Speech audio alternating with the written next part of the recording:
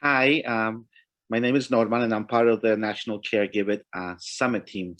Um, just for a few seconds before we continue, I'd like to recognize the present moment that we're in, and I'd like to ask you for a couple of things. I'd like you to thank someone that has taken care of you. I'd like you to thank someone who trusts you taking care of them, and I'd like you to say that name out loud. So if you can take about 5 seconds right now to do that, wherever you are, that'd be greatly appreciated.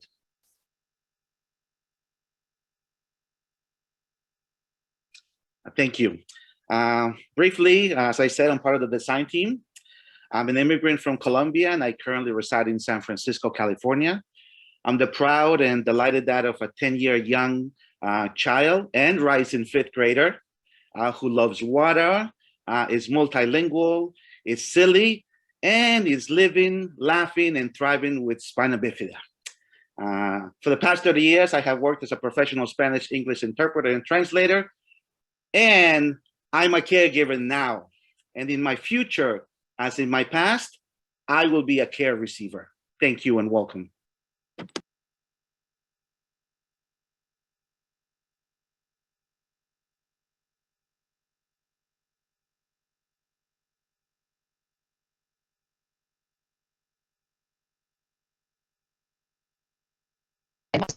I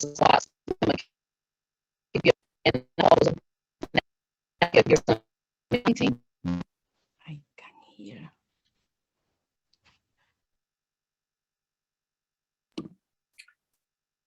As we continue today, we'd like to review the National Caregiver Summit practice agreements. So if you can take a few seconds to take those out.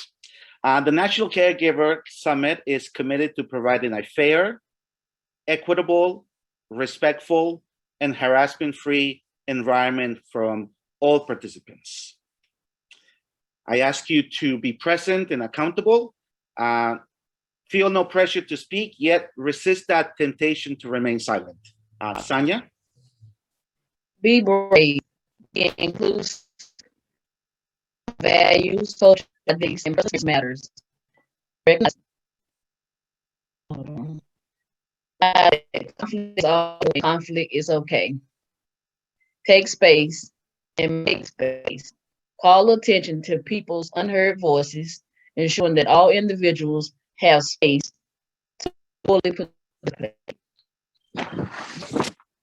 Address racially biased systems and norms, call out power dynamics, recognize personal biases, and consider how they might impact actions. Avoid becoming defensive when Black, Brown, or Indigenous folks speak from lived experiences with racism.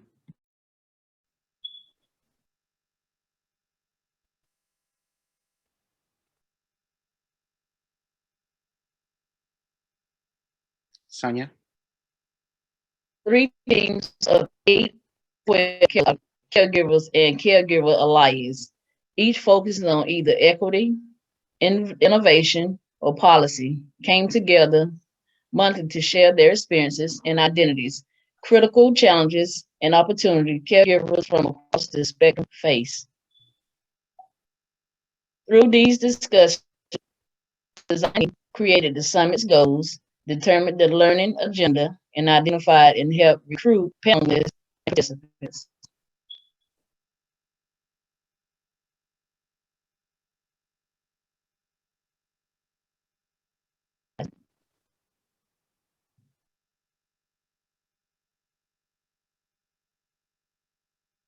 Thank you so much to all the design team members. The National Caregiver Summit would not have been possible without the design team members, and we'd like to take a moment to celebrate and thank all the amazing design team members. Thank you.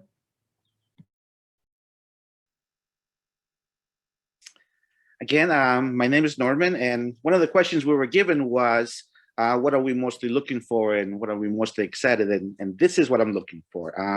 Looking forward to listening to our keynote and closing speakers, to put into action their message and mandate moving forward. I'm looking forward to forgiving myself and to you forgiving yourself for past mistakes and to collectively growing the courage necessary to learn from those mistakes. However, What I'm mostly excited about is being here together, ready with you all, with other persons that work hard every shift, every day to provide quality and dignified care to other persons. And most of the time they do it for about $12 an hour. And after that, they go home and they take care of somebody else. So that's what I'm mostly excited about today.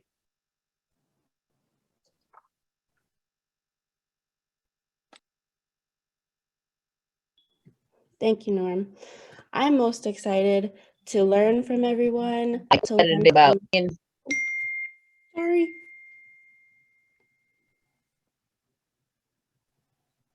Go ahead, Sonia. No, go ahead. Just follow. Okay.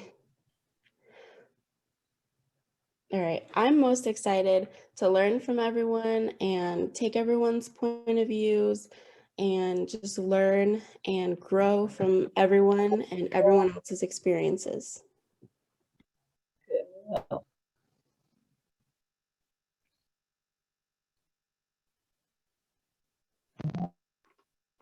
Thank you, Jasmine. Caring for others can be rewarding, but it can also be stressful physically and mentally, and over time can have a significant impact on our well-being, as you all know this. Throughout the summit, we will discuss topics that may be triggering or challenging to discuss or hear about. We encourage everyone to be an active participant, however that looks to you. It is important that we get in the habit of pausing, of taking time, of stopping, even if it's just for a few seconds, a few minutes to take care of ourselves.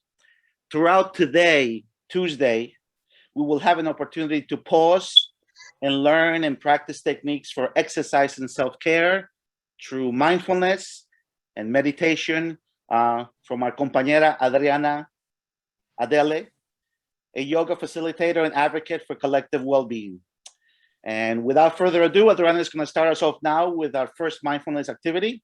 So if you can take a few seconds, if you can get up, if you want to get up, if you want to create a little space, or if you want to do sitting, breathing, and meditation, please, again, whatever is comfortable you do. Thank you, Adriana.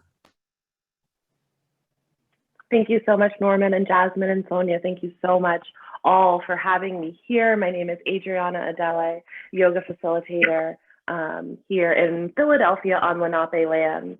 And I am beyond honored and grateful to be a part of the National Caregiver Summit.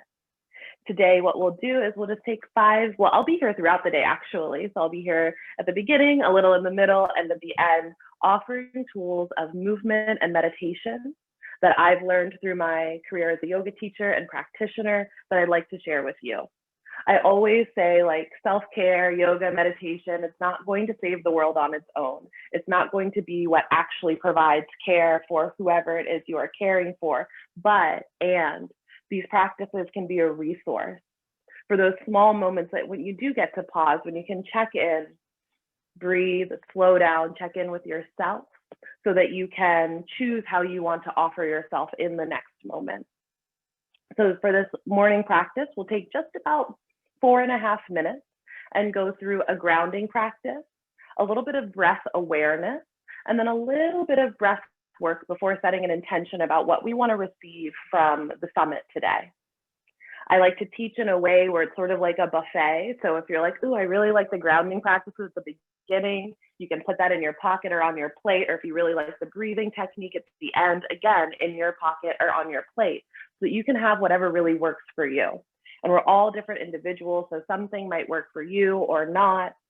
And we're very complex individuals, especially when you're doing such an intricate and intentional job as caregiving, right? So something might work for you one day and then not another, or in one moment or the other. So this is just an invitation to be open, to notice, and to check in.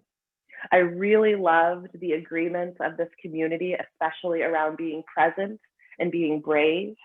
These techniques that I will be sharing today help me do just that, to get present in this moment. And when there's that needed moment to be brave, to remind myself that I have an inner resource to take that out into the world. So the first thing we'll do is a little grounding activity. I invite you to take a moment and look around your space and just start to notice 5 things that you can see. Like really look around, look away from the screen even. You'll have plenty of time to do that today. And just start to notice 5 things that you can see. And maybe you notice colors, like I noticed the green of plants. Or maybe you notice shapes, like a circle of a clock. Maybe you notice other beings in your space, but just take a moment and notice 5 things you can see. And as we go through the senses, if any of these don't apply to you, please feel free to take one of the previous ones that does.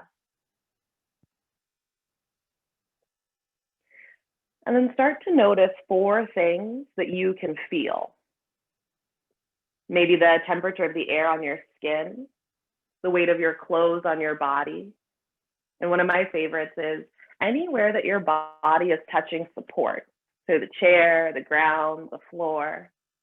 Just start to notice 4 things that you can touch or feel. And then start to notice 3 things that you can hear. Maybe you hear my voice. Maybe you hear a sound inside of your space or a sound outside of your space, but just notice what you can hear.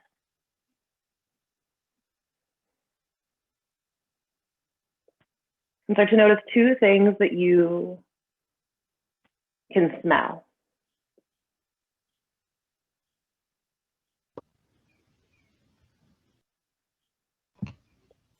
And start to notice 1 thing that you can taste.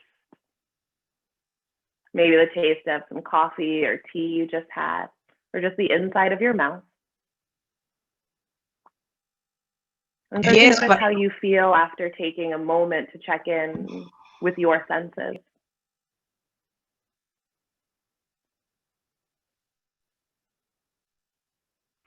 If you can't smell anything now, like what does the air smell like? What does nothing smell like? Great question. And then if it feels safe and available to you in this moment, I'd like to recognize that checking in with the breath doesn't always feel safe and available. So if at any point it doesn't, know you're not doing anything wrong. But if it feels safe and available to you in this moment, just start to notice that you're breathing. Not trying to shift or shape the breath, but just noticing what it feels like to be you breathing here and now. Our breath is something that cares for us every moment of the day. And luckily, we don't have to tell ourselves to inhale and exhale. But what happens when you start to shift your awareness to your breath? If it feels all right for you to take one hand onto your heart and one hand onto your belly, and just notice that movement of your breath. The inhale, how it expands. The exhale, how it softens. And just do that for another breath or 2. And one quick way that we can connect with our breath, that we can pause and slow down, just like Norman said, is to just add a little count to the breath. So maybe you start to inhale for the count of 1, 2, 3, 4, and exhale for 1, 2, 3, 4. Beautiful. Again, inhale for your 1, 2, 3, 4. Exhale for 1, 2, 3, 4. Do that 1 or 2 more times on your own, just inhaling for your count of maybe 4 or 5 or 6. Exhaling for your count of maybe 4 or 5 or 6.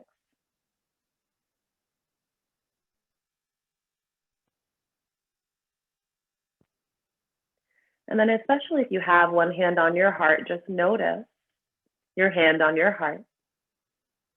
And start to drop the question, what is it that you would like to receive from your time here today at the Caregiver Summit?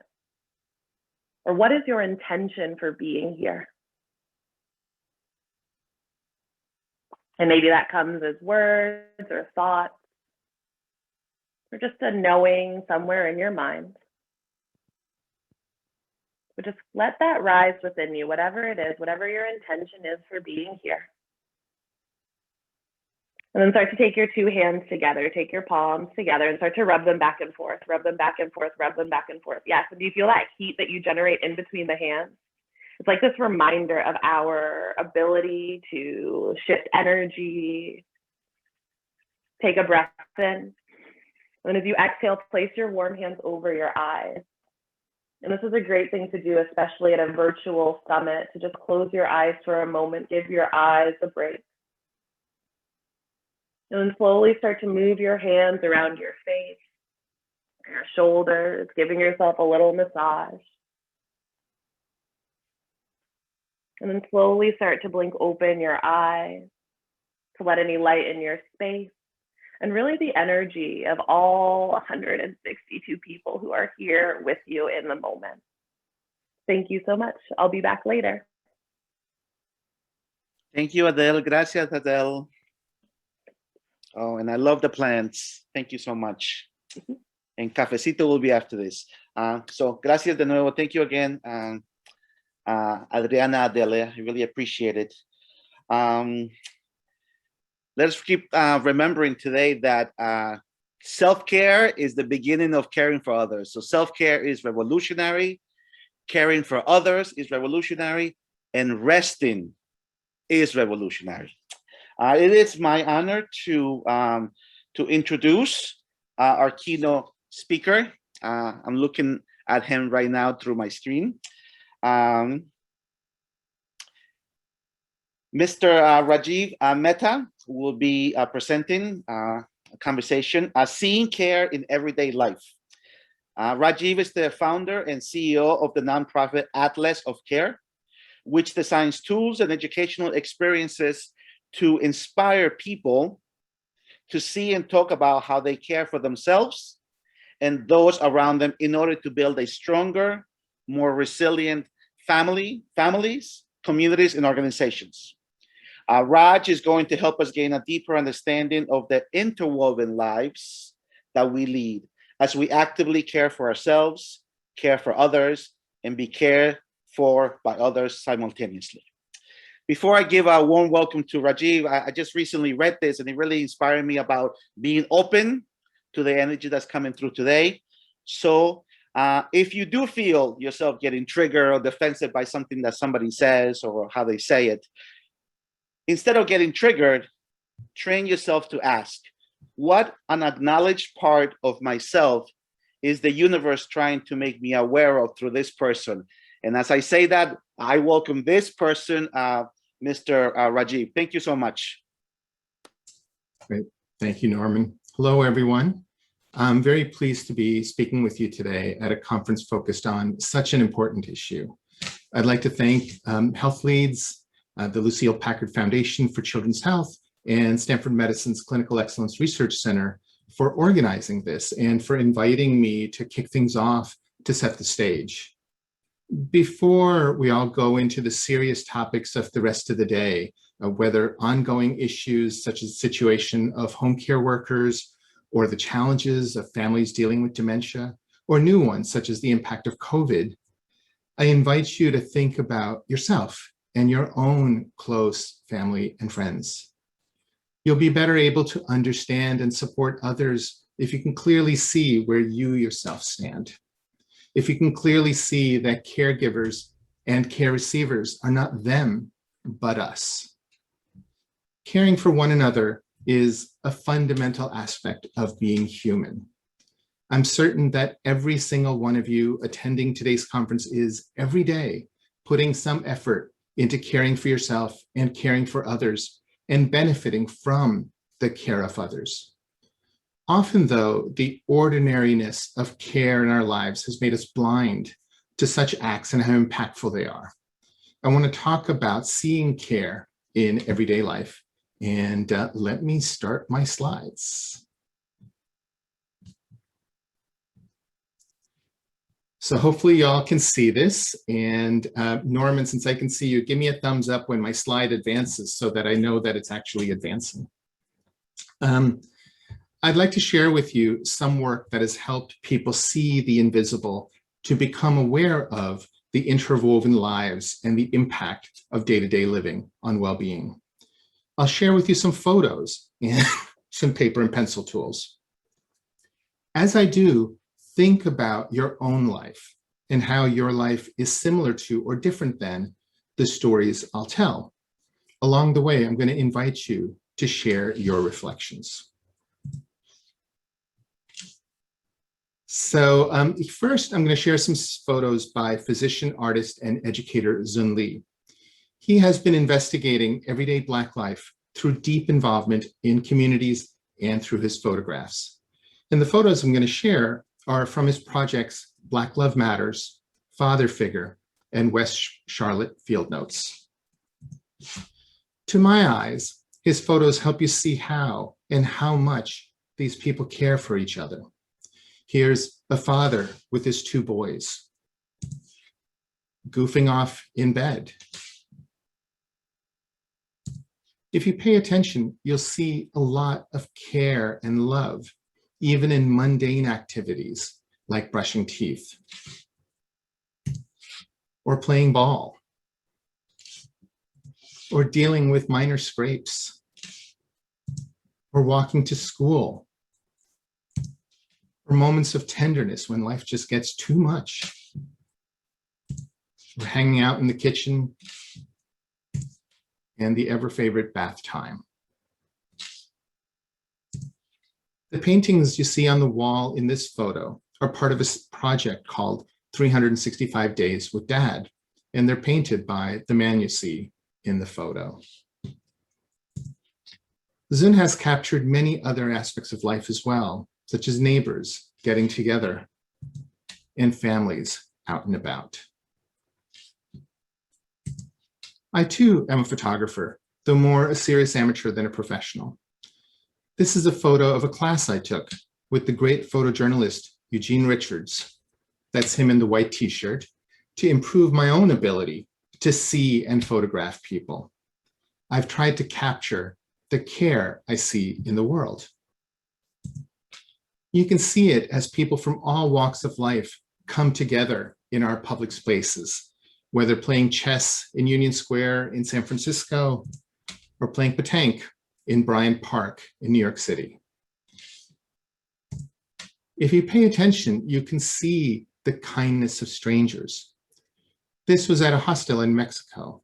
One night, these two guests, a flamenco singer and guitarist, put on a free concert under the stars for the rest of us. It was magical. And this man, with a fancy looking camera hanging from his neck, was stopped by a group of tourists in Japan, asking him to take their picture.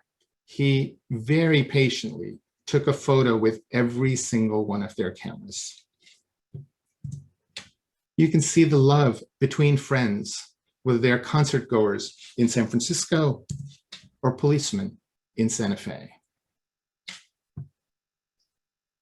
You can see how people in all sorts of professions deeply care for their customers, as I saw with this stylist getting a young girl ready for a special occasion. And this was a group of anthropologists attending a conference I organized. They were there to study the other conference attendees, but they found joy in the camaraderie of their peers. Bringing this home, this is my son when he was sick once. The cats would not leave his side.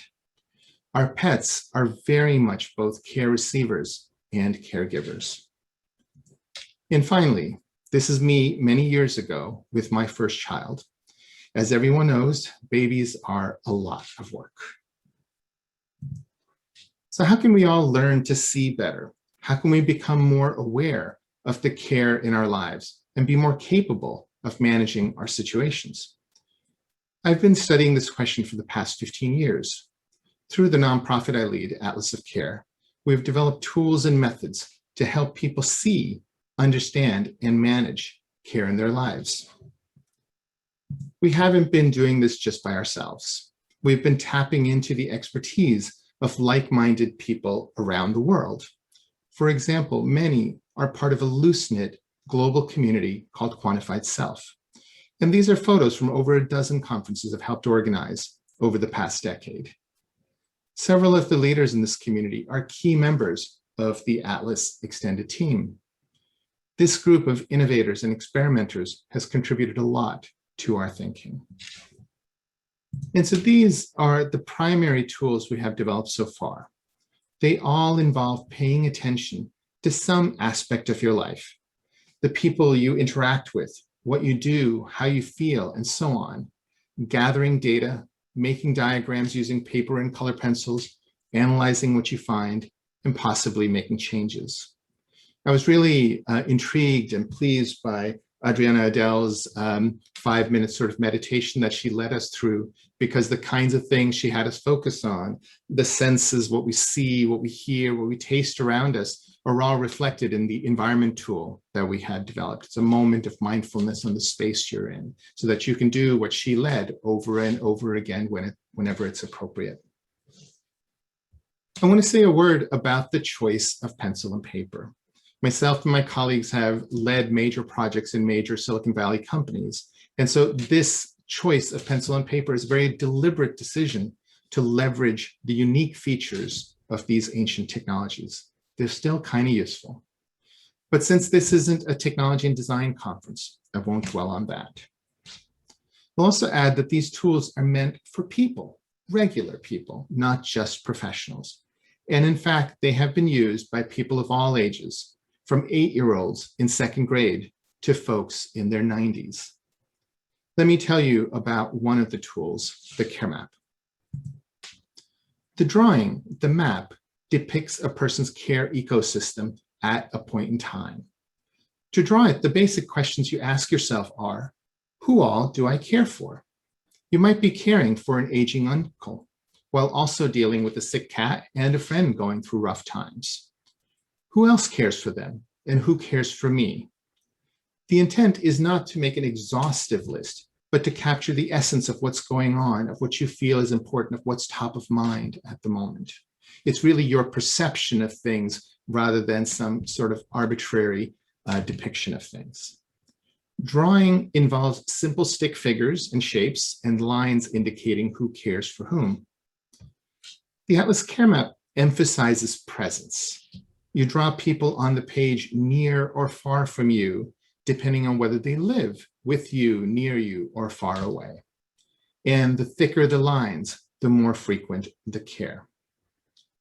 While the drawing itself is useful, more important is how your perception gets richer as you think about what to draw and then discuss the drawing with others. Let me share with you 3 examples. These are real examples. They reflect the situation at the time their care map was drawn, so it may or may not be what their lives are like today. Safay is a young woman caring for her mother, Josephine, who's in the early stages of dementia. Faye has had to put her life on hold as Josephine needs 24/7 support. You can tell from the heavy arrow that Faye does a lot to take care of Josephine. She's also drawn a lighter arrow from Josephine back to herself to acknowledge that her mom is still caring for her. She's still her mom. There are 4 doctors involved in Josephine's care, but she sees them infrequently, so they just have a dotted line. Aunt Joan also helps out by giving Faye a weekend off every 3 months or so. There are also several people that support Faye. She noted her friends Anne and Betty, her Aunt Wilma, and a therapist. You also see the 2 rough circles. They represent distance. The people inside the inner circle are nearby, within 20 minutes or so, including Anne and the doctors. The people outside the outer circle are more than 2 hours away, in this case, Aunt Wilma. At a glance, you can see that there are several people involved in this family's care ecosystem, but you can also see that almost all the work is on Faye's shoulders. Here's another example, more complex, but actually rather common. Gaston and his wife Hannah, her brother Harvey, and 5 pets live near Sacramento. Harvey has many health issues and requires 24/7 care, a lot provided by Hannah and Gaston, and some by a daycare center. Harvey's church is also on the map. It's a really important part of Harvey's life. Though he can no longer attend in person, they send him weekly DVDs of their services, and that makes a huge difference to his emotional well-being. Gaston himself has a lot of health issues. He does a lot every day to care for himself, as you can tell from the heavy arrow right back to himself. He also cares for his mother, just below him on the map, who lives nearby. Hannah and her mother-in-law are quite close and talk with each other several times a week. This map makes clear the web of interconnected caring relationships in this family. When we talk about caregivers or care receivers or people doing self-care, those terms usually apply to every single one of us. And here's one about Sammy. Sammy is 8 years old. You should know that he drew it by himself, letting his mom know that he didn't need any help. 8-year-olds. What you're seeing is my redrawing of his map. I made it neater, and with the family's permission, changed a few things to disguise the actual family.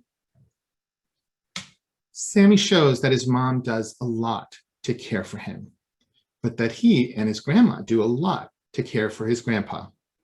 He drew his grandpa short and fat and his grandma tall and thin because that's how they are. He shows that he and his best friend care for each other. And he's also included his dad, his mom's best friend and her family, his school, his therapist, and another family member far away. Finally, I want to point out his pet cat. The cat is in a cloud because it died some time ago. But Sammy feels that his cat is still watching over him and comforting him when he needs it. Sammy was initially hesitant to include the cat because, as he told his mom, Mr. Mehta would not understand, but I do, I really do. Sammy's mom learned a lot about her son and his complex view of the world through his care map. I should note that Sammy is not alone in drawing his care map. There's a second grade teacher in LA who taught everyone in her class over Zoom how to draw their care maps, and it was a big sort of success for her and the class. So over the past several years, hundreds of people have learned to draw care maps from workshops led by Atlas, and thousands more have learned from others. It has had a huge impact on many people's lives, and I'll share a few simple but impactful stories. One woman wrote to me a few months ago about a recent gathering with her friends. They've known each other since they were 12. They're all married with children now. And they talked about how burned out they felt, all caring for these young children through the lockdown and worrying about their aging parents. She shared with them her care map and then led them all to draw their own. She said it was transformational. They all realized how little care they were each receiving. It led them to commit more deeply to their friendship and to supporting each other. They realized that changing their own mindsets to ask for help was not going to come easy. And so we're giving each other permission to just come in, step in, and help anytime that they saw best. I've led workshops for high school and college students, and I can tell you it's so heartwarming to watch them realize both how many people care for them, but also how many people are benefiting from what they themselves do. It's not all rainbows and unicorns. Honest self-reflection often raises strong emotions, some positive, some not so much. Some people are in difficult circumstances, and the care map can make starkly clear their isolation, their lack of support, the connections that have withered away. But this clarity is often empowering in another way. It makes clear that they are in a difficult situation and that they needn't feel guilty about their exhaustion or things that aren't perfect. It's not a personal failure. It's not laziness or incompetence. Rather, they're in a genuinely difficult situation, which would be hard for anyone. It often helps them better advocate for their needs and identify possible steps for improvement. For one isolated student, the care map was an epiphany. As she put it, she realized that care is not a solo activity. And she was going to try to interact with others. A social worker realized that focusing on her career had led her thousands of miles away from her family and prompted her to reevaluate her choices going forward. Often the impact of drawing a care map happens over time. People often discover that what they drew, or more fundamentally, their perceptions of their world, were not quite right. When they draw their second or third care map, they see things differently. One man who took great pride in the care he provided to the children on a lacrosse team he coached awakened to the fact that those children were also caring for him, and that he relied a lot on the energy he received from them. An immigrant waitress from Colombia initially thought she was all alone in the US, except for her husband and children. But upon reflection, she realized that she had built deep relationships with others at work, that they were family, and that she was not alone. So I'm going to pause here for a moment, and I wonder how these photographs, these care maps and stories have resonated with you. And I wonder, would any one of you like to share your thoughts, either about how you see care in everyday life, or about what I've shown, the photographs and maps, and what ideas resonated with you? So if you have questions, I think you can raise your hands, or you can type them in chat or in the Q&A. So we'd all love to hear from you. Hi, we have one question in the chat so far. Dr. Mehta, do you use life course life mapping in your work? No, we don't. There are lots of other programs and things that have been developed over time, but life course life mapping is not one of the things that we've been using. The ones that most of the diagrams that we've been using were the ones that you saw on the earlier slide, and the most prominent one of those being the care map. We have a question from an Andrea, so I'm going to let her unmute herself and ask the question. Go ahead. Actually, it's just a comment with regards to what was said, if that's okay. That's fine. Yeah, please. So I feel through my years of experience with being a mom and advocating for others and being a part of an awesome organization in Connecticut known as PATH, Parents Available to Help, I feel what I've learned between my colleagues and all those different hats that I wear is that the people that care the most about me are the ones who are willing to correct me and to point out, you know, how I can do things better. And I think why that matters so much is because I know they're taking an investment in me. And I do the same as a parent to my kids. I have to get them comfortable with being corrected and understand that when someone brings correction to you, you should thank them because it means they care. Yeah, it is so important, us being willing to sort of be open and honest in a supporting way with each other. And to add to what you said, I've also found that it's tremendously helpful when we point out to people what they're doing really well. So often we get into the mode of improvement in the sense that this isn't going well, so let's fix it. And I wish we would do more of, wow, that's fantastic, please keep doing that as well. And so I think when we can do both, acknowledge both sides of, sort of the reality of people in our lives, that ends up being really helpful. We have another question in the chat. How many tiers of support are typically mapped out on your care maps? So in fact, one of the key things is that the care maps are very much designed to be your tool, meaning whoever is drawing it.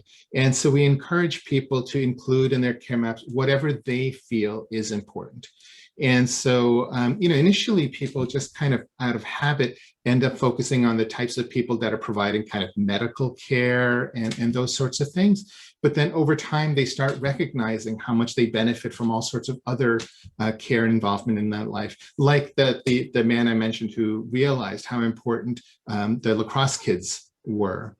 And so we encourage people to learn, and I'll speak more about this later, but to modify the map to recognize what's important for them. And over time, they start adding more and more information to their care maps, including, well, this person provides financial support, and these people do this, and this person comes over whenever I need it on an emergency, and so forth. So by design, the care map is very extensible to the person doing the drawing. Great. And we have another question in the Q&A. Do you know of clinics that use this process as a standard? Who usually teaches how to do this? Is it a nurse, social worker, or other clinic staff? So there are. We did a lot of work in Santa Barbara early on, and some of the organizations involved there included social workers and a hospital and so forth. And so they started using it in their work, mainly because the social workers found it useful as opposed to something that the organization decided was important. Along the same lines, there are several research organizations, sorry about that, several research organizations that are studying the use of care maps in clinical settings. But I would add that in our experience, the most powerful teaching and learning has been by people with their people hat on, as opposed to their professional hats on.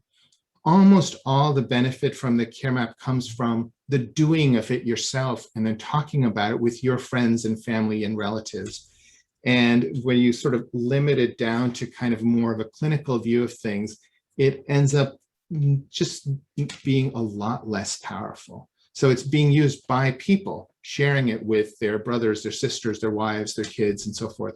That has proved to be dramatically important. And in fact, back in Santa Barbara, the group that we worked with there that was the most impactful for the county of Santa Barbara was in fact a volunteer organization called Promotores. They're Promotores de la Salud. They're a Spanish-speaking organization that works with the Spanish-speaking community down there. And when they taught care maps to the community, they were speaking to the community as fellow community members rather than with a professional hat on. And that made a world of difference. Great. I have one more question. Are there any articles you have published in scholarly journals that I can refer to for the care map to social work students? There are, as far as I know, no articles in professional journals, but there are a ton of reports and things available on our website. A lot of the work that we've been doing is, oddly enough, so done with the community that it often doesn't fit kind of the narrow parameters of things that are accepted in journals. So almost all of our work has done with the deep involvement of families and communities. And so our focus has been really on getting out there and making a difference as opposed to from an academic perspective. So my academic friends have found challenges in referring to all the work that we've done, but never mind, for your own learning purposes, if you go on our website under the research tag, you'll find there's a ton of really deep reports there. So I see there's a lot of comments in chat as well. So I'm really glad to see those and can't really address all of them right now, but I just want to see, one question caught my mind. It says, have you been able to create a grading system based on care maps to rank the burden of the caregivers? And in a sense, that is part of the impetus behind a study being done at USC right now to see if they can use care maps as a way of assessing kind of the challenging environment for the caregivers to almost like an early warning system of where things go down. So people are looking into that. But again, our focus has been on helping people themselves and less on kind of from a professional point of view. And from an individual, just a human perspective, that has turned out to be very, very powerful. So I'm going to, in the interest of time, kind of move on and sort of wrap things up for you to see if we can get back on schedule here, unless there's any burning questions, Kevin. All right, so let me go back to share my screen. So we have been teaching what we call these mapping ourselves workshops. And last year, over 250 people attended several mapping ourselves workshops across the state of Michigan. Before COVID, we held many workshops in person, and after COVID, they've all been online. And the participants ranged really widely. We had high school students and restaurant workers. We had doctors, nurses, therapists, and social workers. We had business leaders and civic leaders. By design, we wanted a wide swath of sort of the community to essentially prove the point that people are people, that care is care and life is complex, no matter what your role in society is. In these workshops, we really focused on kind of two fundamental things.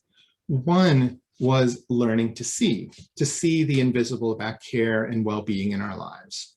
And so they learned the mapping ourselves tools. And more deeply, they developed the skills to explore any aspect of their lives that they felt was important, something we call personal science skills. As I mentioned earlier, the mapping ourselves tools are all pencil and paper, and they're very diverse. And these have a couple of reasons for this. One is it makes it possible for people to sort of edit, change, simplify, complexify their maps in the ways that makes it appropriate for them. That makes it appropriate for today versus tomorrow. And they also learn kind of the diversity of those tools. They end up having a really rich visual language that allows them to explore whatever they want in their own lives. And we've seen people go on and use these things and change them in many, many different ways. By design, the workshop is also about kind of discovering and strengthening community. The people in the workshops end up learning so much from each other. These are deeply interactive and personal sessions. As the participants talk about their situations and what they've learned about themselves with each other, they discover that they have so much to gain emotionally and practically from sharing their knowledge, their fears, their joys. And in the process, they much more deeply see each other as human. They much more deeply see the commonalities that we all share, and in the process sort of strengthen the bonds of community. And so to wrap up, I just want to end by highlighting three key lessons we have learned from all of our work. Care is universal. It is critical that we acknowledge and embrace the reality that care is universal. We all care. Nearly everyone is actively caring for themselves, caring for others, and being cared for by others. The intensity of this varies from hour to hour, from day to day, ups and downs over the course of life, but we never give up any of those roles. And a community is a community if and because and when the people in the community actively care for each other. So caring is just part of what we are. First, we have to see. To do better at caring for each other, first we have to see what is actually going on. We can't acknowledge, we can't celebrate, we can't improve that we don't see. We must start paying more attention to care in our lives. But just saying that isn't enough. Seeing isn't always easy, especially in our busy, busy lives. And developing and teaching great tools and methods for us as people is very important. And finally, collective self-reflection. Care is not a solo activity. Likewise, seeing and improving care is best not done as a solo activity. It is so much more powerful when done as a family, as a community. And I'd like to encourage everyone working to educate, support, train caregivers to tailor their efforts for communities rather than just individuals. Let's fully leverage and increase our social capital. So one last thing. If you agree that caring for each other is fundamentally human, then you have to accept that people caring for each other, families and communities caring for themselves, is the fundamental infrastructure upon which society is built. Care is not a crisis. Care is the norm. In fact, our ability and willingness to care for one another is one of our greatest assets. Thank you.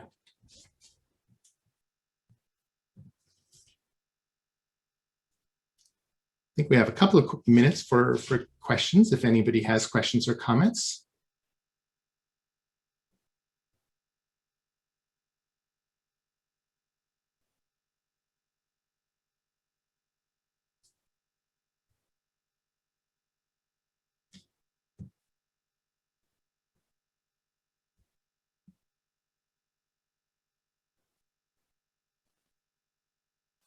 Raj, thank you so much for that. I know we're getting so many comments in the chat. Everyone is just saying what a fantastic presentation. Thank you all to all of our welcome, our design team members. Raj, thank you so much for sharing all of your work that you've done around caregiving. We really appreciate it. And so with that, we are on to our first break. And so I'm just going to share my screen very quickly. So we are moving into a break right now for 10 minutes. And our next sessions are going to start at 12:10 Eastern, 9:10 Pacific. And so you will be able to join us for our first round of breakout sessions. And we have 3 different tracks this day. We have policy, equity, and innovation. If you go back to the Whova platform website, you'll be able to see information on all of these sessions and as well as the Zoom links for each of those. And so we will be sending out, we see a lot of people are looking for your resources and contact information. We'll be sending that all out after the summit as well. And you can also connect through the Whova platform as well. Today is a day about networking and connecting with one another and building a community. So within that platform, there's a lot of engagement opportunities to message one another and use the community board. So with that, we will move on to a break, and thank you all for joining today. We're really excited for this day, and we will see you all soon.